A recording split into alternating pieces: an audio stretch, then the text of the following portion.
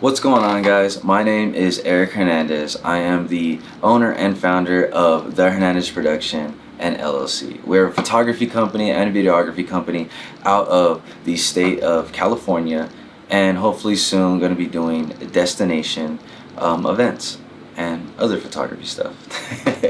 So I wanted to jump on here and drop my first video to introduce our new YouTube channel. We're gonna start trying to post a little more on this YouTube channel, showing you guys all of our videos in full high resolution, as well as other videos like tutorials and so forth. So the first way I wanted to start this video out was I asked on Instagram and a few people what they wanted to see. I asked on Instagram what these people wanted to see. I asked on Instagram what you guys would like to see. You guys all wanted to kind of know. I got a few responses that you guys would like to know what got me into photography, why I decided to become a photographer and a videographer. So I thought, why not that be the introduction video? So this all started roughly 2-3 years ago. It's kind of a lot to cover, and I'm gonna try and knock this out as fast as possible so it does not get boring. So the way this started was, honestly, it was all a fitness journey. I really liked fitness, and I thought, you know what, let me get into YouTube and show everybody what my workout routine is like, what my diet's like, and so forth. I thought maybe, you know what, I can possibly become a YouTube influencer, a fitness influencer. So I dove all in. I basically went out, I bought a GoPro. I thought a GoPro was the way to go for my first camera, and I started shooting right away. And what emerged from that was I started seeing all these other influencers getting all these crazy shots with like drones, specialty lenses, and all these like cool cameras. To me, in the beginning, I thought gear mattered, and it does to an extent. Don't get me wrong. It does only if you know how to use the gear. If you do not know how to use the gear, then you just got a camera and that's it. You're gonna get lucky sometimes with some good lighting scenarios. And for instance, just like this lighting scenario right here, I have lights positioned around me to make this look a little more cinematic, to make it look a lot sharper, a lot nicer. And there's certain skills that I had to learn to be able to pull that off, and there's certain gear that I had to buy to pull off this look. I'm still learning, and I'm always going to be learning. It's always going to be a learning curve.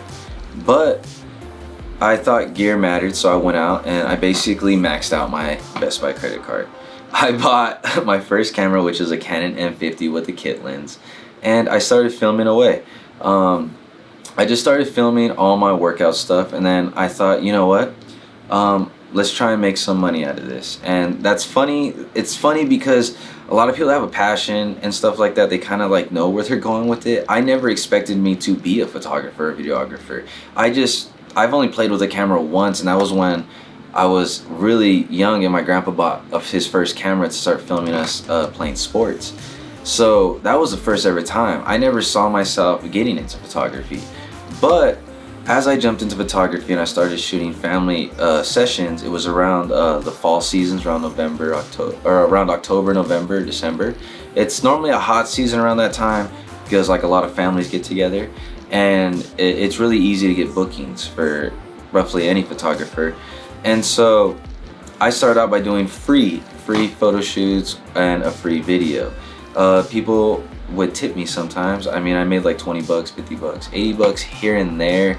Nothing crazy. It was just something cool. I was just like, hey, like they're willing to pay a little bit, and I was like, awesome. Like, and I'm just gonna keep bumping up the prices like every month or so. And that was my attitude at first, honestly, because honestly I needed the money. I was running my first company, and I was trying different avenues, trying to be like a business person.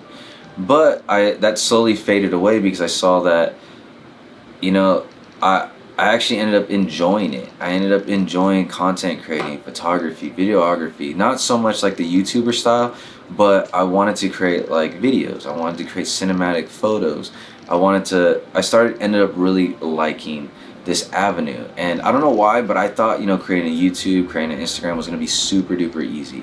That was my first misconception of the whole space. I don't know why I thought it was going to be easy, but for some reason, me personally, I just thought, you know, you stay consecutive and then post your stuff and you get a big following, you get paid. And I don't know why I thought that. I just did. And I quickly learned that that was not the case. So with that being said, when the January, February, March, when those months came, everything died down a bit. The holidays are over, families are going, everything's going back to normal. Not like, it's not like the holidays when your whole family gets together and you want a photo shoot right away. So now it's time, to get down to the nitty gritty, and you got to kind of know how to market and like have good product to show off so that way people book you. So I found it very hard to book sessions. I didn't have a portfolio. I barely had a portfolio. And those were all just my beginner photo shoots. So I kind of just gave up, honestly. I gave up. And I just put the camera away and I was just like, hey, this industry is a bit hard. I don't think I can do this. So what happened was I ended up getting back into powerlifting. And when I got into powerlifting, I thought, why not bring out my camera?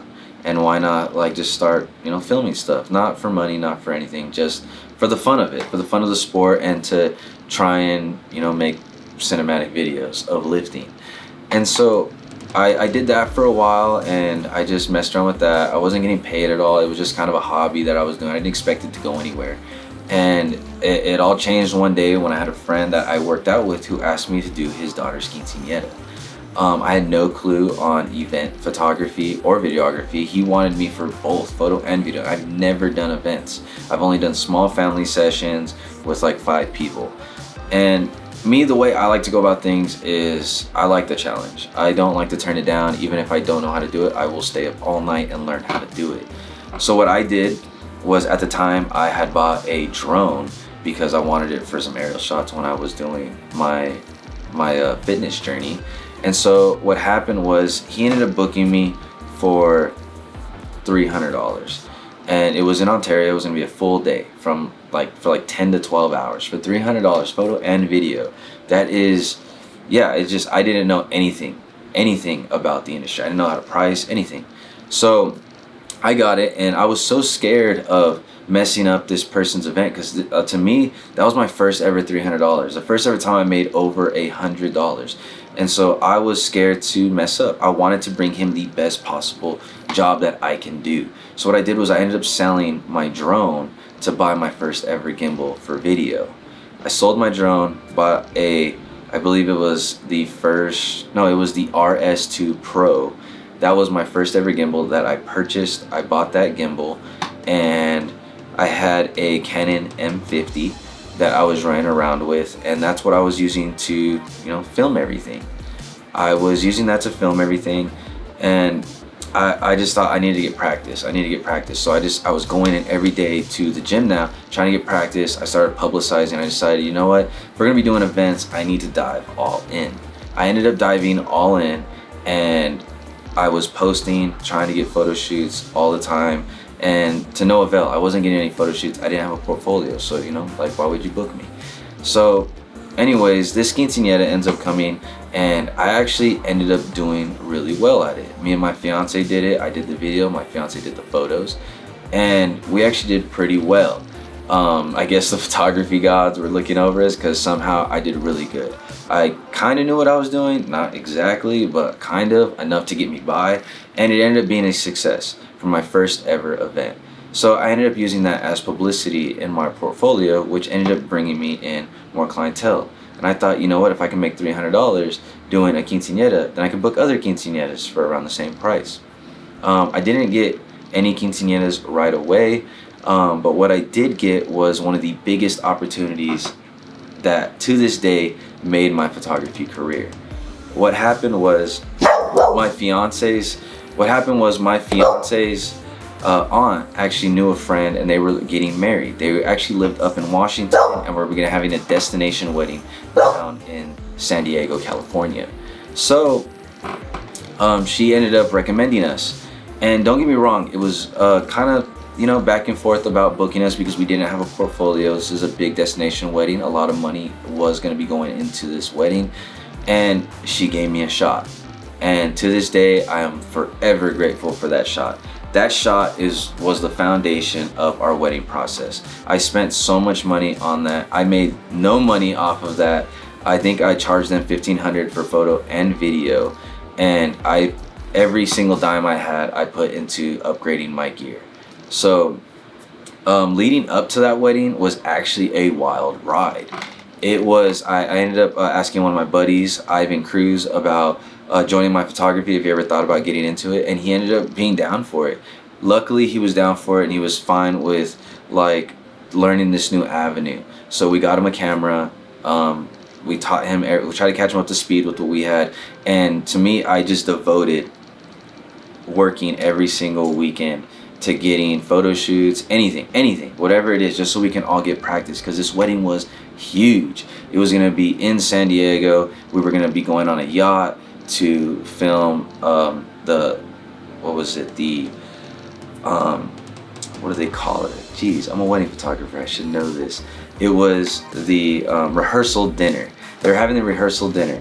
So they were having all this going on. They had their rehearsal, and we were there to film it. I called off work on that Friday. I got a new job that day, and I still called off because it was a big deal. So I went on Friday. We filmed all that day, took all the photos, went on the boat. It was a great time, great experience. They got us a hotel and so forth. It ended up being an amazing event, and I told my team, if we can make this wedding a banger, then it's going to be a good staple piece for future weddings. And sure enough, that's how it all came to fruition. We ended up doing amazing at this wedding, and we ended up using it as publication. That publication booked us up for the rest of that year. This wedding was in July, and it booked us, I believe, like 5 or so more weddings from that time to December. And I remember telling my team that these next couple weddings to finish the year are going to be a big staple piece in our portfolio to grow our wedding business. And sure enough, they were. We went really hard. We made no money on any of them. I put every single dollar back into the company and just bought as much gear as possible: audio gear, lighting, flashes, camera bodies. There's 3 of us now. We're offering photo and video. So I put everything I had into it, and it ended up working out. And that brings us to present time. Now I have quit my job. I'm a full-time filmmaker, full-time photographer, and that's what we do every day. I try to pump out as much content weekly. I try to get us booked, just like I have the same hustle, the same grind as day one. I try to book stuff every single week. Now it's a little different. Instead of one photo shoot, one video shoot a week, I'm trying to do 3, sometimes 5. And I'm going all in. I'm going all in on this one avenue that I really enjoy now. And it's funny because it all stemmed from me just needing money. I needed money, just to live. It wasn't for anything particular. I was just hustling, grinding with my first business, and it all started off of that. I just wanted to succeed, and I ended up really falling in love with photography and videography. This is now a passion of mine. I literally quit my job to do this because I love to do it so much. And I love creating art. I love creating content. And I just love making people happy. I love seeing them laugh. And I'm capturing special moments. I'm doing weddings. You gotta realize that you got one shot at these weddings. At least I hope so. It's gonna be the first and only wedding that you have. And if so, you don't want to miss any of those moments. So I work 110%. I go hard every day. Literally last night, it was a Monday. I stayed up till 3 a.m. editing photos and prepping this whole light setup so I could bring you guys this video. So the video went on a little longer than expected, but I hope you guys stuck around to the end, and I really appreciate it if you guys did. I'm going to be dropping a lot more videos in the future. Feel free to drop down in the comments what you would like to hear more about. It could be about anything: my fitness journey, photography, videography, gear reviews, tutorials, anything. Just feel free to let me know, and I'll make sure to make it happen. We're going to be dropping more frequently. I'm trying to shoot for 3 to 4 times a week with all of our engagements, weddings, photo shoots, video shoots, and the YouTube. So I hope you guys enjoyed this video. I greatly appreciate it. It was a wild ride getting here and getting into photography. If you guys want more in depth on certain events that happened within that time span, let me know in the comments, message me on Instagram, text me, anything, you know, anything. Just let me know. I'm here to bring you guys more content.